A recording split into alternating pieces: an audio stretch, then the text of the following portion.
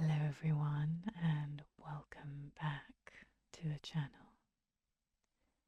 Today we are diving into a 13-year-old unsolved case. That of Lauren Spierer, aged 20, who vanished on the 3rd of June 2011.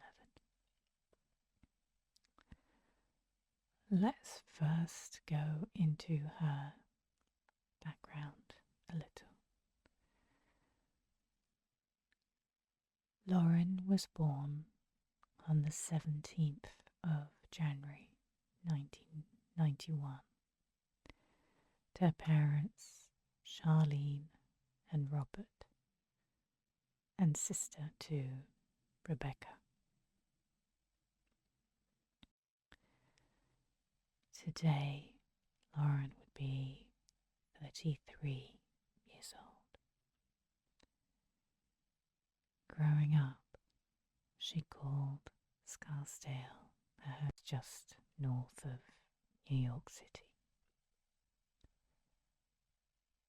Lauren was diagnosed with a rare heart condition called long QT syndrome, and it can cause dangerous heart rhythms, potentially leading to fainting spells, seizures, or sudden cardiac arrest.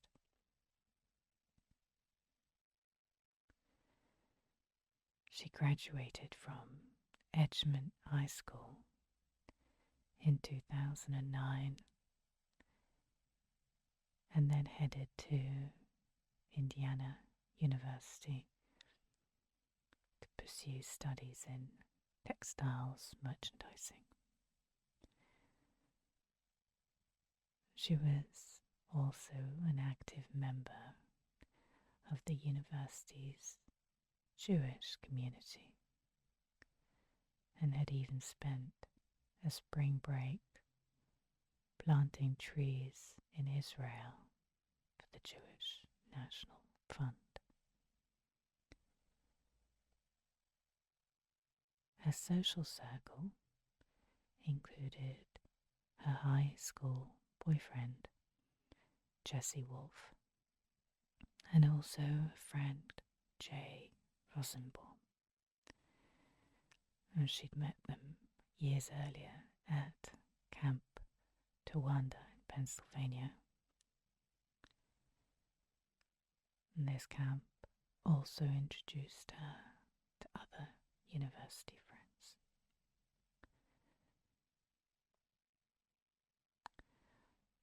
Whilst at university, she was living in an apartment off campus in a high-rise, and it was called Small Wood Plaza.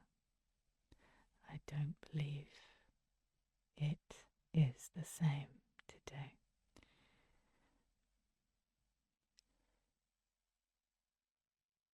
The night that Lauren goes missing, she is not hanging out with Jesse, who apparently wants to stay in and watch the NBA finals. So Lauren's night starts off casually enough, drinking and partying at her own apartment, and she's with a friend, David Ron, who also lived in the same building.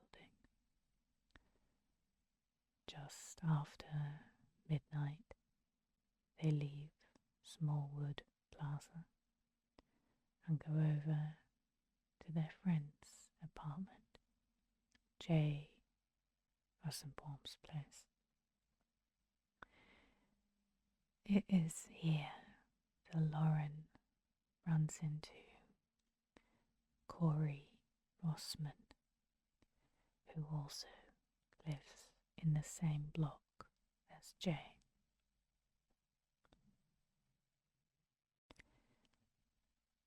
So it is with Corey that Lauren moves onto Kilroy's sports bar, which continues to be a very popular college bar today. Surveillance footage captures the two entering at precisely 1:46 a.m. and they walk in together. Lauren takes off her shoes on a patio area of the bar. They're there for approximately half an hour, but when she exits, she leaves barefoot and also without her phone. It's been implied that the fact that Lauren leaves her footwear and her cell phone behind at the bar is an indication of a state of impairment. Corey, who is with her, is much the same. Anyway, they stagger over to Lauren's apartment, which is just a block away. Security cameras pick them up at 2:30, but they leave within 10 minutes. Her apartment is on the 5th floor. Apparently they go up, but as they reach her floor, they cross paths with 4 other college students, and an altercation breaks out right outside her front door, literally in the hallway.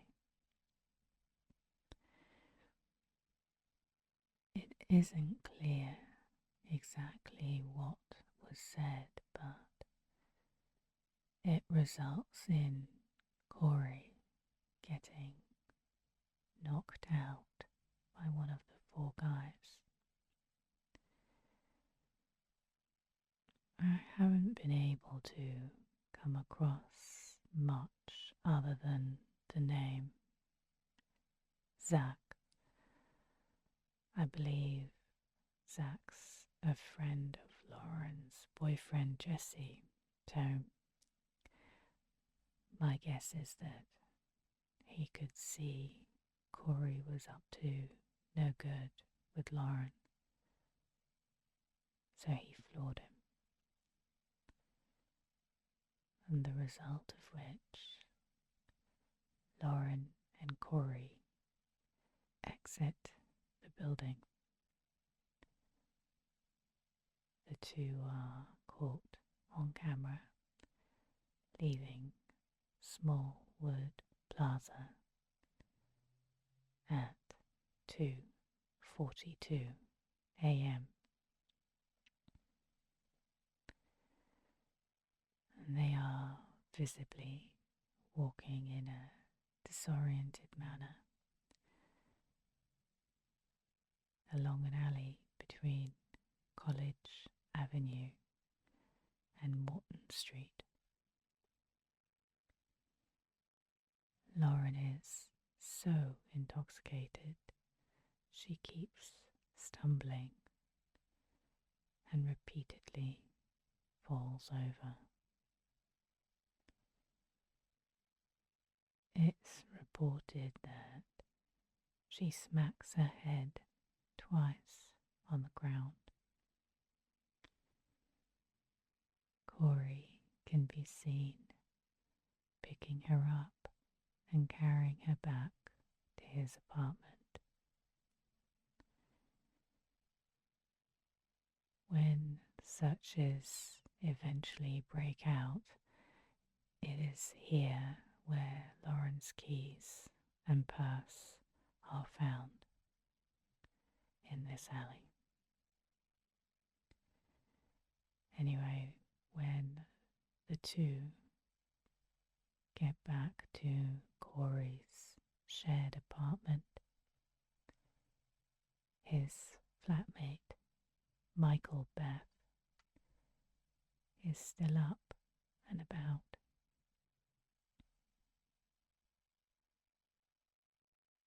On entering, Corey throws up. The narrative that's relayed is that Michael helps Corey to bed. Michael is then the one left responsible for Lauren. It is said that Lauren starts to perk up at this point.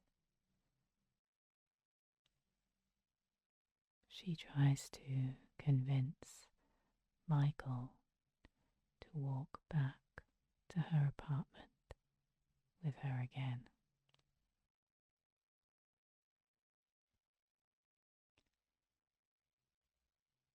He, on the other hand, tries to encourage her to just stay put and sleep it off on their sofa.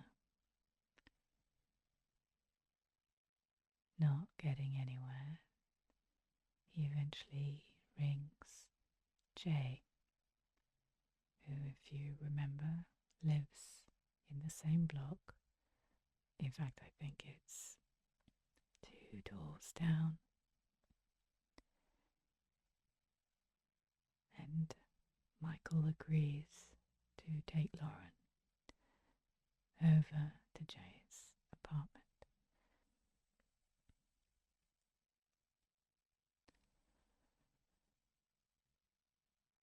Michael then leaves her at Jay's and he returns to his place.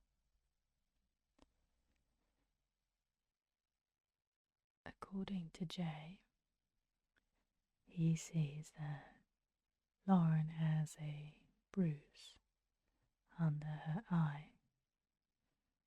He claims, she says, that it came from falling over outside. He also states that she won't stay put.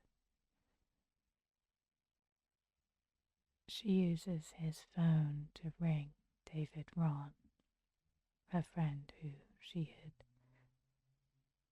started her night with at her apartment, but David doesn't pick up, and apparently someone else has called. Whether this is Jay or Lauren is unclear, but the call is made, supposedly looking for a ride to get Lauren home. But she continues to insist on going home on foot. So Jay says that she takes off at 4:30 a.m. He also says that he watches her go up 11th Street from his own building. He is reported as being the last person to see Lauren alive. Now, I confess that I'm really confused over how her friends could let her walk out in the state that she was in, being heavily under the influence, barefoot, without her cell phone or her keys. Where was she going? I mean, she wouldn't be able to get into her apartment. I wonder whether any of these young men phoned Jessie at any point. I've read somewhere that she had told Jessie that she wasn't actually going out that night. She was staying in, but I'm unsure if this is accurate or not.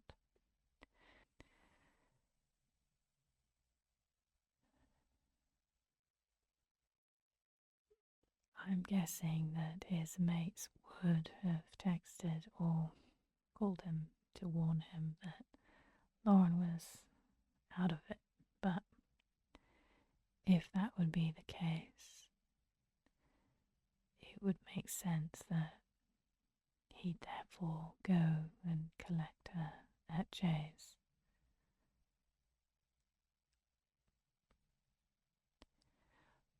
What is disclosed is that several hours later, Jessie messages Lauren's cell phone. He gets a reply back from Kilroy's sports bar, not from Lauren.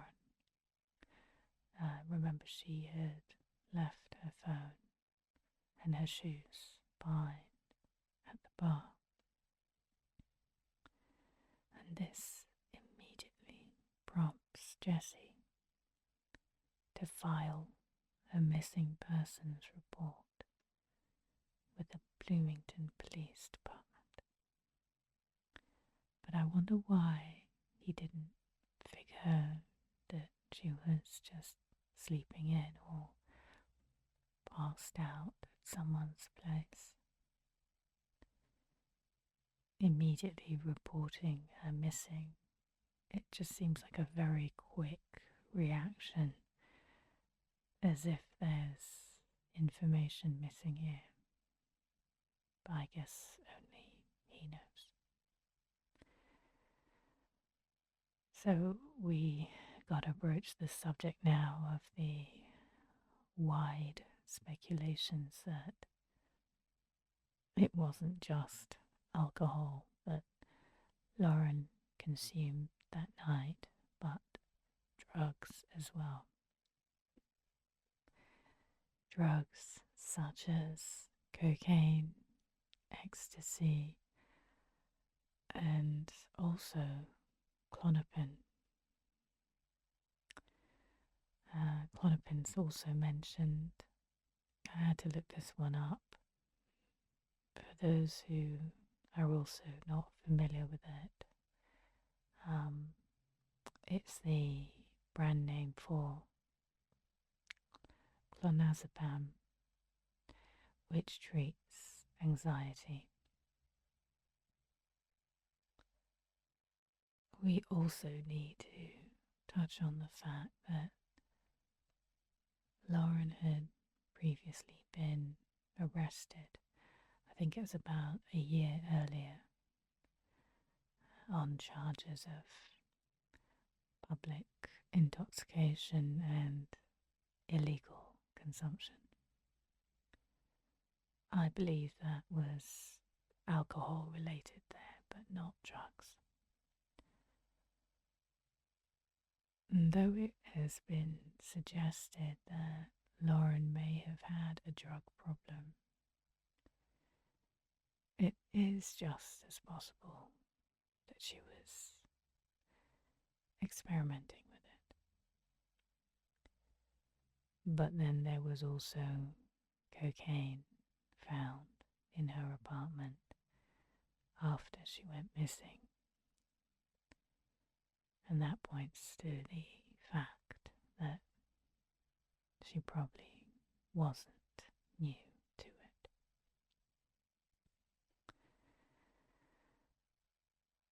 And as in many cases, there are conflicting testimonies, and there's also missing surveillance footage, which further complicate the investigation.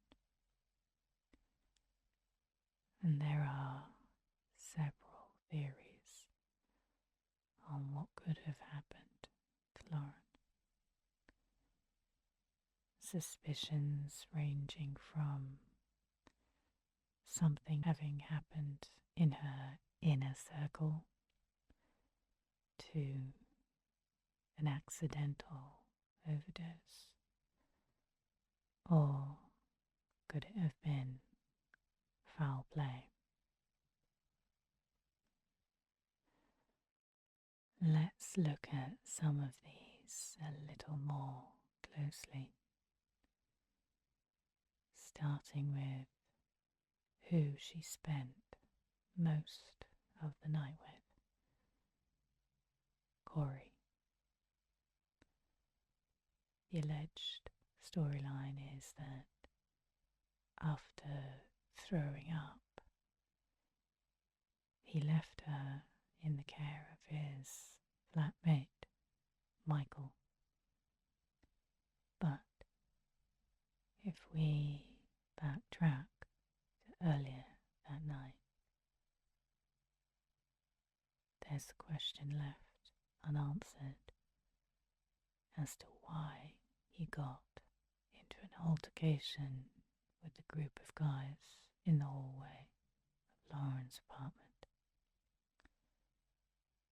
They were at her front door, but never entered. She could barely stand up and walk at that point of the night. Wouldn't it make far more sense to get her into her flat safely and make his way home alone? Why would he leave and take her back to his apartment,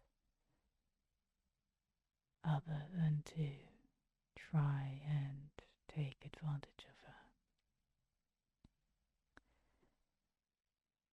And therefore, is it actually possible something did go wrong and his friends are helping him cover up?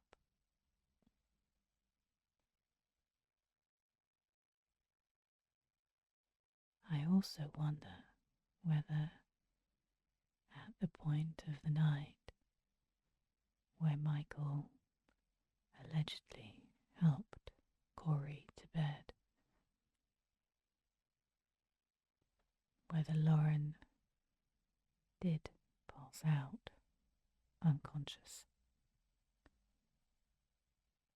The combination of drugs and alcohol she'd consumed, especially with a serious heart condition, it's extremely concerning. I wonder if the phone calls to Jay and then the other two numbers phoned were panic calls to try and get help.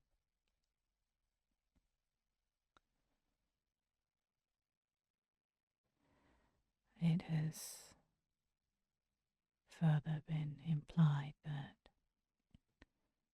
friends of Jay's from out of town were still around from his house party earlier that night. Amongst others, a name that has come up is David Blesnock. This is one of Jay's childhood friends, studying at the University of Michigan. He is said to have left at 5 a.m. by car. That's a 4 to 5 hour drive out of state.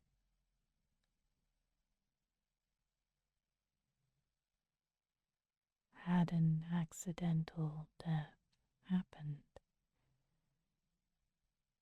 Is it therefore possible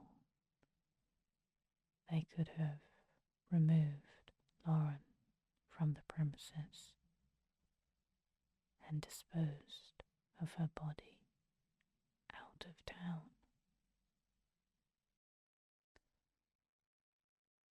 A similar account comes from another separate Corey, whose surname is Hammersley. Hammersley is an inmate doing time in Indiana State Prison. He was also a student at Indiana University at the time of Lauren's disappearance. Whilst he's doing his time, he tells the following story to another inmate. According to him, he's friends with people who were at Jay's house party. Hamsley claims everyone was drinking and taking ecstasy, and Lauren OD'd. Her friends were too scared of the consequences if they called the emergency services, and they disposed a body into the Ohio River. What makes his story stand out is that, as it turns out, of the numerous tips that have come in since Lauren's disappearance, this same theory has been brought to police by other sources, thereby giving it more time and attention.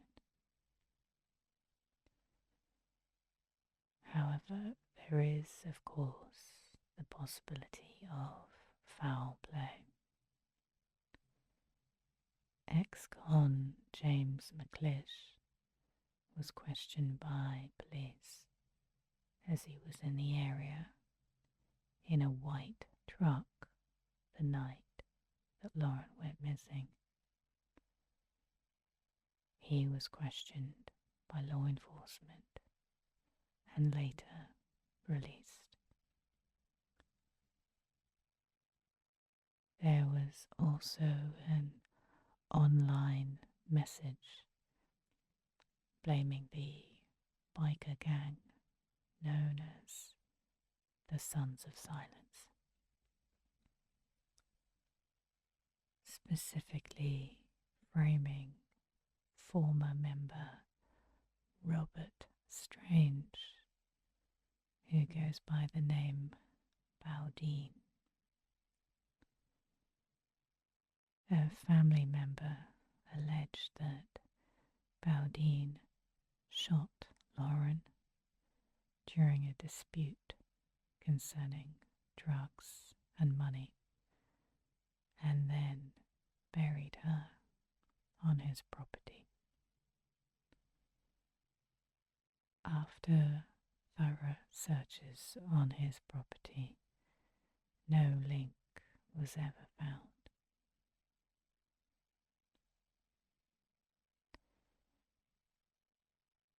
Many speculate that Israel Keyes, a now deceased serial killer, could be linked to Lauren's disappearance. Keyes was confirmed to be in Indiana, placing him in the vicinity at the time. On the night of Lauren's disappearance, he was unaccounted for more than 12 hours. Evidence suggests that he likely scouted Bloomington 3 years prior in 2007, potentially to bury a kill kit and familiarize himself with the area.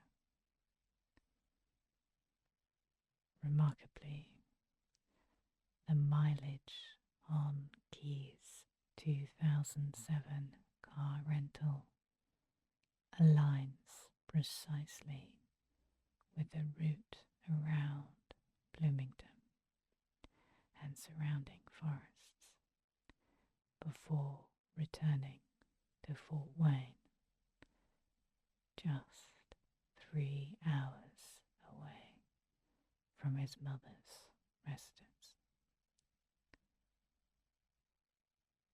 This proximity to the crime scene aligns with his patterns in other locations.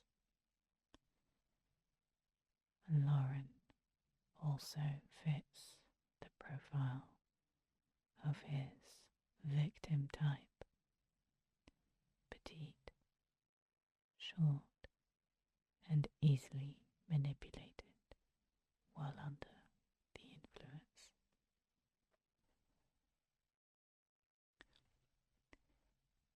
The absence of a hotel booking raises questions about his whereabouts during the unaccounted for hours.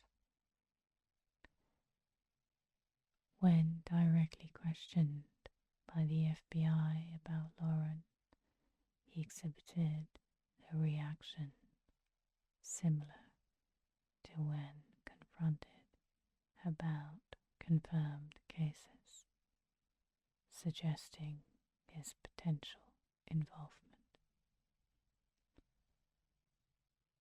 Despite security cameras capturing Lauren up to the point where she enters the boys' apartment block, there is no evidence of her leaving.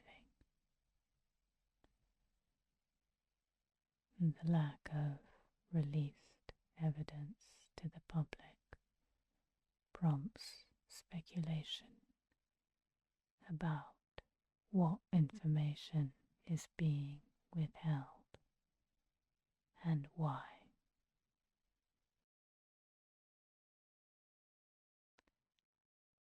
Since Lauren's disappearance, there has been another additional tragic case involving a separate Indiana University student, this time in 2015, 4 years after Lauren's disappearance. 22-year-old Hannah Wilson was at the exact same venue, Kilroy's Sports Bar. After consuming alcohol, Hannah's friends arranged for a taxi to take her home, which it did, and the taxi driver has nothing to do with it. Despite Hannah's belongings all being inside her apartment, the front door was found ajar. Subsequently, Hannah's body was discovered near Plum Creek Road, approximately 10 miles east of her apartment.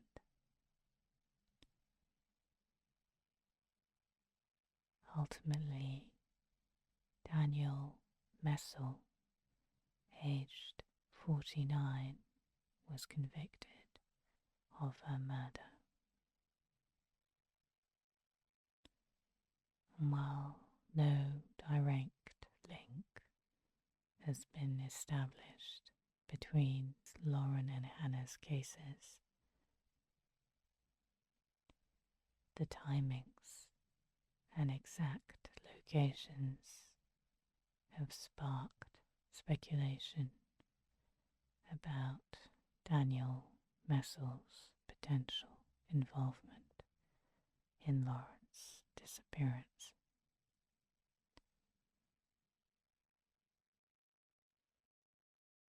What is heartbreaking is that despite all the attention Lauren's case has had in these 13 years, her case remains unsolved.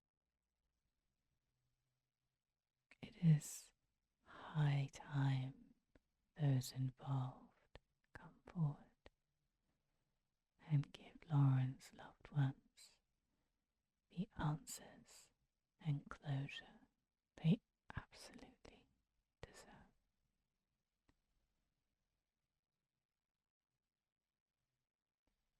Please leave your thoughts in the comments section. Thank you, everyone, so much